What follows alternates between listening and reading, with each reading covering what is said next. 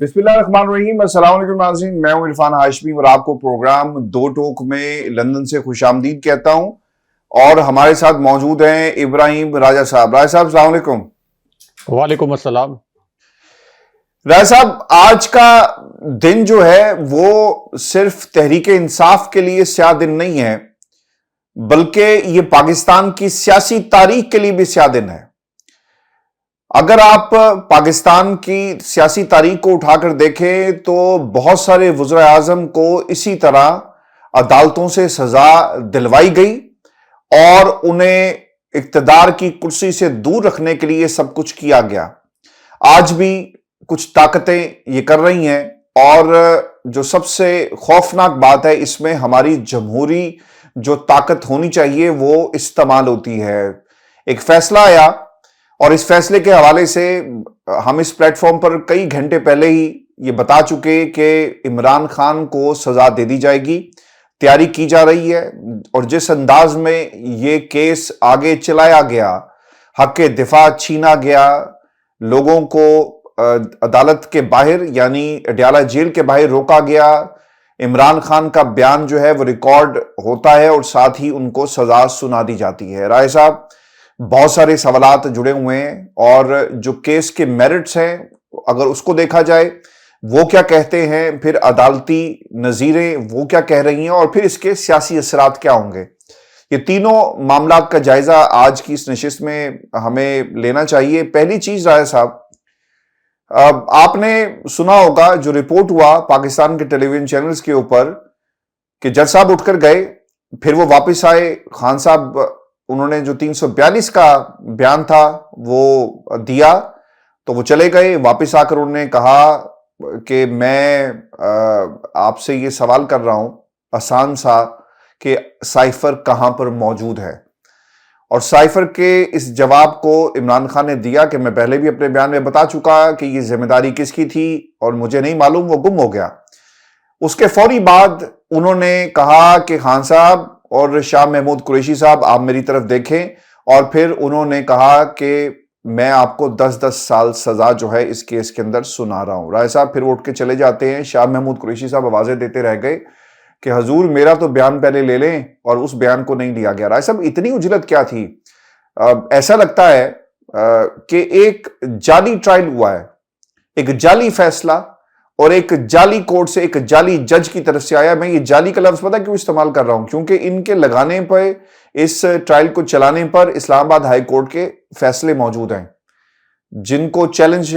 کیا گیا، اور پھر ہائی کورٹ نے فیصلے دیے کہ وہیں سے دوبارہ سے آپ شروع کریں۔ رائے صاحب پہلی بات کس طرح دیکھتے ہیں آپ اس فیصلے کو؟ اگر ہم بات کریں، کیونکہ خان صاحب نے جو کہا وہ بڑا امپورٹنٹ تھا، اور پھر تحریک انصاف کے کارکنان کے لیے جو پیغامات بھیجے ہیں وہ بھی بہت امپورٹنٹ ہیں۔ وہ پولیٹیکلی انفلوئنس کیا ہوگا اور کیا اثر پڑے گا اس پہ ہم بات کرتے ہیں، لیکن ایک جملہ میں کہوں گا اور پھر آپ کی طرف آئیں گے کہ خان صاحب مسکرا رہے تھے جب یہ فیصلہ سنایا گیا۔ رائے صاحب دیکھیں ہاشمی صاحب، عمران خان صاحب کے مسکرانے کے پیچھے ایک خاص وجہ بھی تھی۔ ایک تو سائفر کا یہ جو جعلی ٹرائل ہے،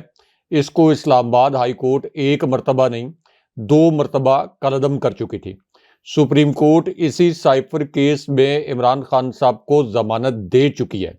اگر عمران خان صاحب کو GHQ حملہ کیس میں، یعنی وہ جو بوگس کیس عمران خان صاحب پر دائر کیا گیا، اس میں گرفتار نہ کیا جاتا، تو اس کا مطلب یہ ہے کہ عمران خان صاحب سائفر کیس میں سپریم کورٹ کے فیصلے کی روشنی میں رہا ہو چکے ہوتے، اور سپریم کورٹ کے فیصلے میں سائفر کیس کی دھجیاں اڑا دی گئیں۔ اب عمران خان صاحب کے مسکرانے کی وجہ یہ ہے کہ ایک تو 30 دن کی ایک ونڈو ہے، 30 دن کے اندر اس کے اوپر اپیل دائر کی جا سکتی ہے۔ اب 30 دن کے اندر اس کے اوپر اپیل آئے گی۔ پہلی کوشش یہ ہوگی PTI کے وکلاء کی کہ اسلام آباد ہائی کورٹ میں اس کے خلاف اپیل دائر کریں، اور اس میں ایک بڑی تکلیف دہ خبر یہ بھی ہے کہ یہ جو سرکاری وکیل نام نہاد عمران خان صاحب اور شاہ محمود قریشی کے سر پر تھوپا گیا تھا تاکہ عمران خان صاحب کا یہ جعلی ٹرائل جلد سے جلد مکمل کیا جائے، اور بائی دا وے آج کا جو ہمارا پروگرام تھا، یعنی جو پچھلا ہمارا پروگرام تھا، اس میں ہم نے یہ لکھا تھا کہ آج ہی کے دن میں عمران خان صاحب کو سزا سنا دی جائے گی۔ کچھ ویورز نے کامنٹ کیے ناراض ہو کے کہ آپ وقت سے پہلے عمران خان صاحب کو سزا سنوا رہے ہیں، لیکن ایک صحافی کے طور پر آپ کی نوز فار نیوز ہوتی ہے.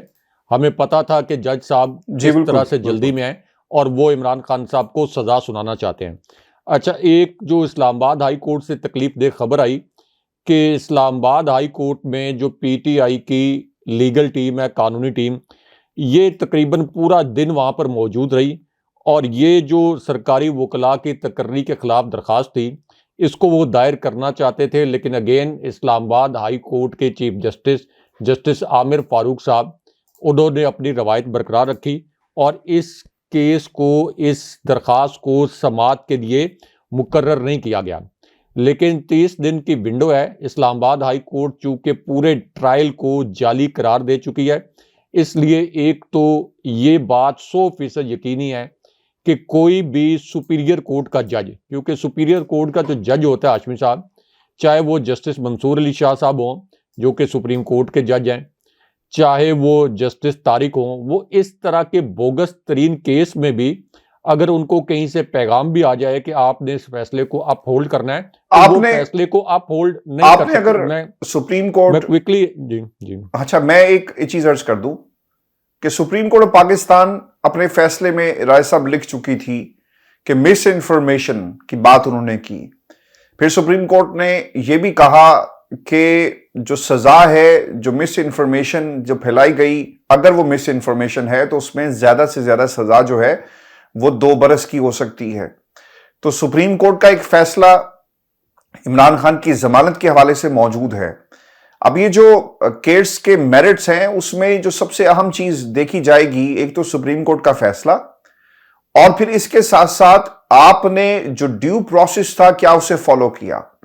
میں آپ کو صرف توشہ خانہ کی حد تک واپس لے کر جاؤں گا جو فیصلہ جج دلاور نے دیا اور پھر اسے اسلام آباد ہائی کورٹ میں چیلنج کیا گیا رائے صاحب. اس میں باقاعدہ طور پر یہ کہا گیا کہ ڈیو پروسیس فالو نہیں کیا گیا. اگر آپ اس فیصلے کو بھی دیکھیں،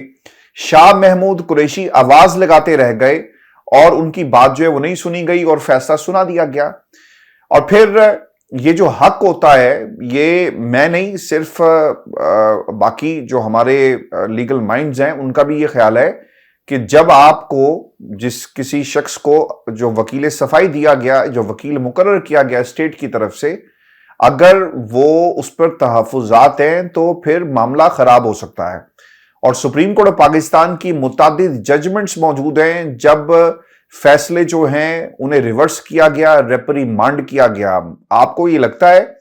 کہ فیصلہ دوبارہ سے ریپریمانڈ کر دیا جائے گا اور کہا جائے گا کہ وہیں سے شروع کرو، گواہوں کو لے کر آؤ؟ چونکہ گواہ توشہ خانہ میں بھی نہیں سنے گئے، پیش نہیں کیے گئے، فیصلہ معطل ہو گیا. اس میں بھی آپ کو کیا لگتا ہے کہ یہی ایک نظیر موجود ہوگی؟ چونکہ میں آج سن رہا تھا علیمہ خان کی گفتگو جو باہر آئی، وہ یہ کہتی ہیں کہ ہم نے پروسیکیوٹر صاحب کو فون کیا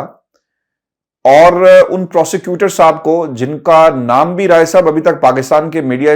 کے اوپر رپورٹ نہیں ہوا، باقی تو میڈیا بڑی ذمہ داری سے اینگلز نکال کے عمران خان کی کہ اس کیس کی جو ہے وہ اپنے طریقے سے رپورٹنگ کر رہا ہے، لیکن ابھی تک اس کا نام تک رپورٹ نہیں کیا گیا، جو اسسٹنٹ تھا رضوان عباسی کا. تو انہوں نے کہا جی کہ آپ سے ہم نے ملنا ہے. انہوں نے آگے سے جواب یہ دیا کہ ہم نے نہیں ملنا آپ سے، چونکہ ہم تو یہاں پہ ریاست کی طرف سے، ہمارا آپ سے کوئی تعلق نہیں ہے، ہمیں تو ریاست نے مقرر کیا ہے اور ہمیں آپ کی ضرورت نہیں ہے. اور انہوں نے فون بند کر دیا. تو رائے صاحب یہ ہوا اس کیس کے اندر، ہائی کورٹ ریلیف دے دے گی خان صاحب کو فوری طور پر؟ دیکھیں ہاشمی صاحب، ہائی کورٹ کو یہ فیصلہ کہ ٹرائل کو جعلی قرار دے یا ٹرائل کو غیر قانونی قرار دے، اس سے آگے اب اسلام آباد ہائی کورٹ میں سب سے پہلے تو